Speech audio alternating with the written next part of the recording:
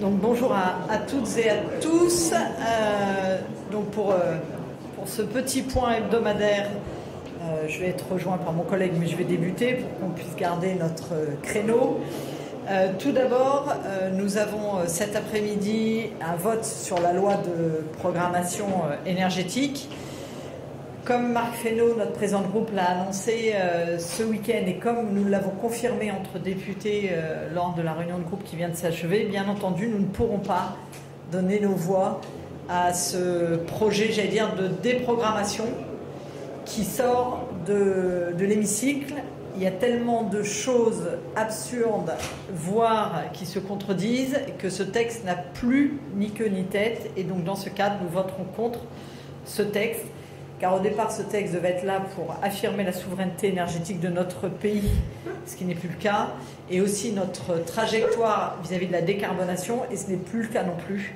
Donc, nous ne pourrons pas voter sur ce texte. L'autre sujet de la semaine est le texte qui concerne nos compatriotes de Mayotte. Nous sommes impatients de pouvoir avancer sur ce texte. Aujourd'hui, les débats d'hier sont un peu lents à notre goût. On espère que ça va pouvoir avancer parce que ce texte, qui est porté par notre collègue Philippe Vigier, apporte des choses importantes pour nos compatriotes mahorais, avec notamment tout ce qui est convergence des droits sociaux, qui était une demande vraiment de très longue date de nos collègues, mais aussi, enfin, une programmation sur les infrastructures et une programmation sur l'urbanisme qui est inexistante à Mayotte. Donc on espère que voilà, les débats vont pouvoir s'accélérer pour que ce texte puisse être terminé dans de bonnes conditions. Nos compatriotes mahorais l'attendent avec impatience. Et puis, avant de passer aux questions, le dernier sujet qui est d'actualité, bien entendu le conclave sur les retraites.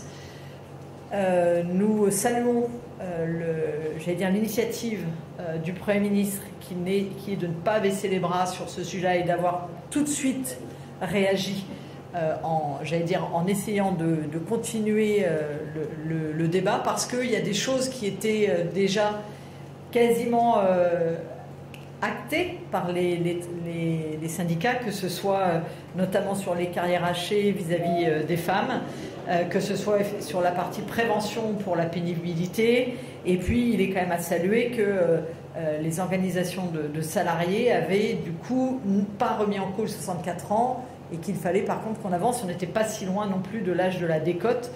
Donc il est important qu'on puisse continuer parce que je pense qu'on n'est pas loin. Et ça serait historique si les syndicats patronaux et de personnel pouvaient se mettre d'accord pour agir sur cette partie retraite. Donc on salue vraiment l'initiative du Premier ministre et on espère que voilà, les petits coups de sang qui ont eu lieu hier sur des méthodes et ce qu'on peut entendre quand on travaille depuis des semaines sur un sujet et que des nouvelles propositions apparaissent ce dernier jour, je comprends que ça puisse un peu énerver certains, et donc là j'espère qu'on va pouvoir aboutir, car vraiment il y a des avancées importantes, notamment, je vous l'ai dit, pour les femmes, mais également sur la pénibilité et puis sur d'autres éléments et notamment sur qui devrait gérer ce système de retraite. Donc il est important qu'on puisse avancer.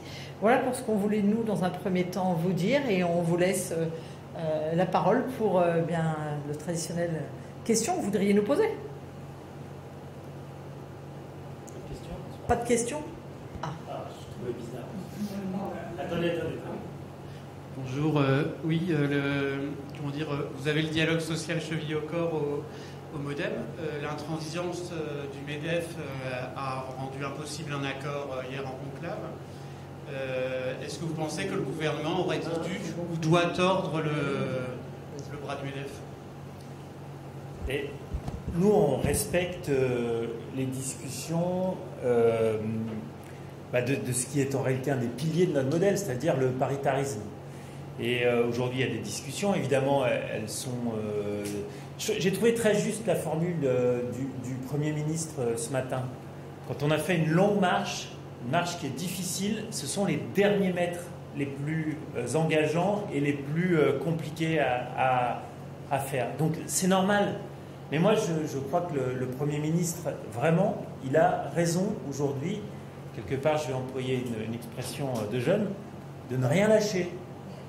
Voilà, il faut qu'ils ne lâchent rien sur cette idée d'aller à un accord. Et alors, pour répondre concrètement à votre question, effectivement, le MEDEF aujourd'hui essaye, voilà, peut-être de pousser un certain nombre, je ne sais pas de pousser quoi, mais en tout cas d'être, voilà.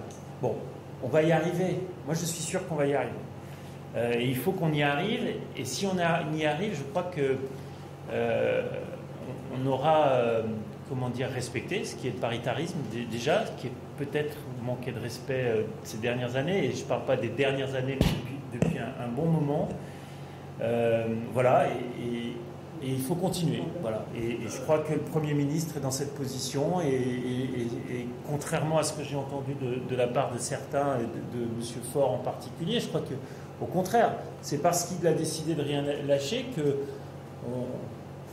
c'est un conclave habituel. Ça n'existait pas d'ailleurs. D'ailleurs, on ne devrait pas parler de conclave. Mais des négociations comme ça, parfois elles échouaient, puis on arrêtait, puis voilà. Là, il y a une volonté forte de ne pas arrêter tant qu'il n'y a pas un accord. D'ailleurs, c'est la définition du conclave. Hein. On rentre dans un conclave, et normalement, il en ressort un pape. Ben là, il doit en ressortir un accord.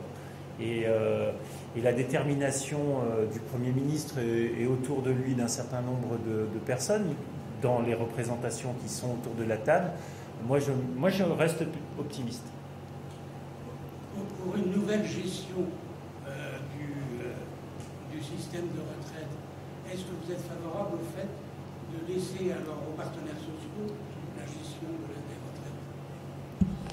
Écoutez, je pense que la question se pose. Et puis on a pu voir notamment quand ils gèrent des dispositifs comme l'Agir Carco, qui sont capables aussi parfois bien de porter des mesures qui ne plaisent pas forcément, comme quand ils ont imposé une décote si on partait à l'âge normal de la retraite pour avoir son régime de retraite Agir Carco, afin de le rééquilibrer.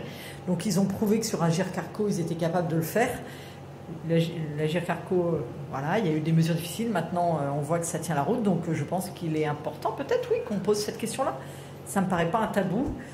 Et ils ont prouvé qu'ils étaient capables de respecter et peut-être parfois même aussi de prendre des mesures un peu plus compliquées. Donc oui. Et je crois savoir que c'était un des points qui avançait bien dans la négociation et qui fait consensus. Donc voilà, ça fait partie des points de consensus sur lesquels il faut s'appuyer pour essayer d'aboutir réellement à ces... Un thème repris dans le projet.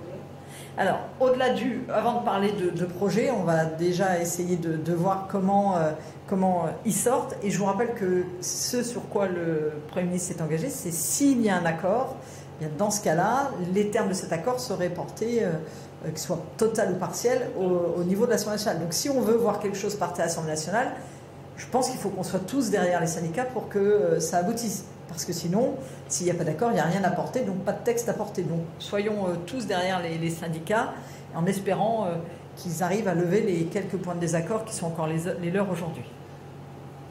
Oui, allez-y. Mais juste pour... allez-y, je répondrai sans doute, c'est le même sujet. Oui. Ouais. Oui, deux questions sur le conclave. Sur la méthode, une partie de la gauche dit que la façon de François Bayrou de reprendre la main aujourd'hui, c'est une tentative de communication pour sauver les apparences après l'échec du dialogue social. Et ma deuxième, qu'en pensez-vous? Est-ce que c'est juste de la communication pour garder la main à la fin de cette séquence? Et deuxième question, sur le fond, vous dites on va y arriver, mais en fait, à l'Assemblée, il y a une majorité pour abroger les 64 ans. Visiblement, c'est pas sur le fond ce qui sortira de cette discussion. Mais c'est intéressant ce que vous dites, et ça répond en partie aux interrogations et à l'ambiance du moment. Deux choses l'une, soit dans notre pays, on respecte cette idée qui est un des piliers de notre modèle social, c'est-à-dire d'être sur le paritarisme. Les organisations syndicales, qu'elles soient patronales ou de salariés, conduisent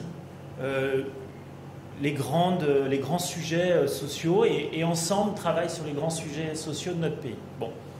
Et s'ils trouvent un accord, mais je comprends pourquoi peut-être certains auraient intérêt à ce qu'il n'y ait pas d'accord. Parce qu'un accord, quelque part, c'est pas exactement ce que voudraient certains ici. Alors, ça s'entend, parce que nous sommes la représentation nationale, ça s'entend, et c'est pour ça que le dialogue, et la construction, elle doit être co-réalisée. Mais un accord, s'il y a un accord total ou partiel, on doit le respecter. Et les pressions qui sont mises aujourd'hui, ce n'est pas de la part de François Bayrou, puisque François Bayrou, il met tout en marche, tout en condition pour qu'un accord soit trouvé. Moi, je trouve que, je viens de voir là, que les écologistes menacent de faire une motion de censure s'il n'y a pas d'accord sur le conclave. Mais c'est quoi quel rapport, j'ai envie de dire ? Quel rapport ? C'est-à-dire, laissons les organisations syndicales travailler, laissons-les définir une feuille de route, laissons-les améliorer le texte qui est le texte Borne, et ensuite, voilà, nous, on pourra acter un certain nombre de transformations. Sur le dialogue social, la gauche dit que François Bayrou n'a pas assez mis la pression sur le MEDEF. Est-ce que c'est le but de la journée d'aujourd'hui ? Honnêtement, François Bayrou, depuis le début, a dit qu'il ne se mêlait pas de ce conclave. Donc il n'a mis la pression ni sur les syndicats de salariés, ni sur les syndicats patronaux jusqu'à maintenant. Hier, constat que malgré un certain nombre de points qui avaient été validés, d'autres ne l'étaient pas, et qu'il est quand même dommage, pour un certain nombre de points, peut-être à la marge par rapport même au sujet que je vous indiquais tout à l'heure, eh bien on arrive à, un non-accord. Qui plus est, moi je veux bien qu'on dise que François Bayrou fait de la com, mais aujourd'hui, si on est strictement politique à regarder l'Assemblée nationale, compte tenu que de toute façon, même s'il y a un accord à 64 ans, des syndicats et des patrons, la gauche a décrété qu'ils allaient ne pas suivre cet accord, parce que c'est ça que vous êtes en train de nous dire. Hein. Il y a 3 syndicats sur 5 qui valident les 64 ans au niveau des salariés, plus les patrons, et donc on nous dit, si un texte revient, nous, la gauche, on ne respectera pas. Aujourd'hui, ceux qui mettent la pression, pour moi, c'est pas François Bayrou. Soyons clairs, ceux qui mettent la pression, c'est plutôt nos collègues de gauche qui ne sont pas d'accord avec les négociations qui sont en train d'être menées. Et je trouve ça dommage. Et je pense qu'il faut qu'on regarde les choses autrement. Et qui plus est, aujourd'hui, François Bayrou, on a plutôt intérêt à ce que ça aboutisse, alors que c'est plus dangereux puisque ça vient à l'Assemblée nationale. Donc on n'est pas dans un coup de com', on est là peut-être justement un peu plus responsable que certains partis de cette Assemblée nationale qui regardent plutôt leur électorat, leur parti et leur place à eux-mêmes avant de regarder l'intérêt général, ce qui n'est pas le cas de François Bayrou et de nous. Et donc on souhaite vraiment continuer à appuyer ce niveau-là. Et donc non, s'il y a eu des pressions, on lui aurait dit qu'il s'était émissé dans le dialogue. Donc non, il n'y a pas eu de pression. C'était ce qui avait été défini au départ. Et maintenant, par contre, il essaye de faire du liant sans faire de pression non plus, parce qu'on est dans le paritarisme, comme l'a dit très bien Ron, on respecte. Mais peut-être, on voit bien qu'hier, certains sont arrivés avec des nouvelles mesures. Peut-être qu'il faut encore quelques heures, quelques jours pour discuter, arriver à avoir, une convergence. Mais on a tous intérêt à ce que ça aboutisse. Mais si ça aboutit, il faudra que chacun dans cette assemblée respecte. Et là, vous venez de le dire, ceux qui ont pas envie de le respecter, c'est pas nous.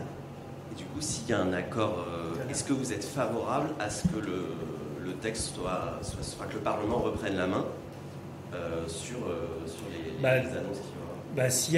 S'il y a un accord, il y a deux options. Il y a un accord, il y a des règles qui se mettent en place via le paritarisme. Est-ce que on se doit de les valider, de les acter et donc respecter le dialogue social? Dans ces cas-là, je vous dis oui, évidemment. Mais si c'est pour détricoter le dialogue social, je vous dis que là, il y a quelque chose qui ne tient pas la route. Voilà. Et s'il n'y a pas d'accord, le Parti socialiste veut avoir la main aussi, sinon ils sont déjà lancés. Mais s'il n'y a pas d'accord, mais il y aura un accord. S'il n'y a pas d'accord, chacun continuera à faire de la politique, j'ai envie de dire. Mais on ne peut pas avoir un texte s'il n'y a pas d'accord. Et puis le texte, moi j'ai relu le message de François Bayrou au PS. C'est très clair. Il y a un texte, il y a un accord global ou partiel. Voilà. Il y aura la main au Parlement. Mais s'il n'y a pas d'accord, qu'est-ce qu'on va faire? Voilà. Votre signe et votre... voilà. Bon, merci beaucoup. C'est l'heure.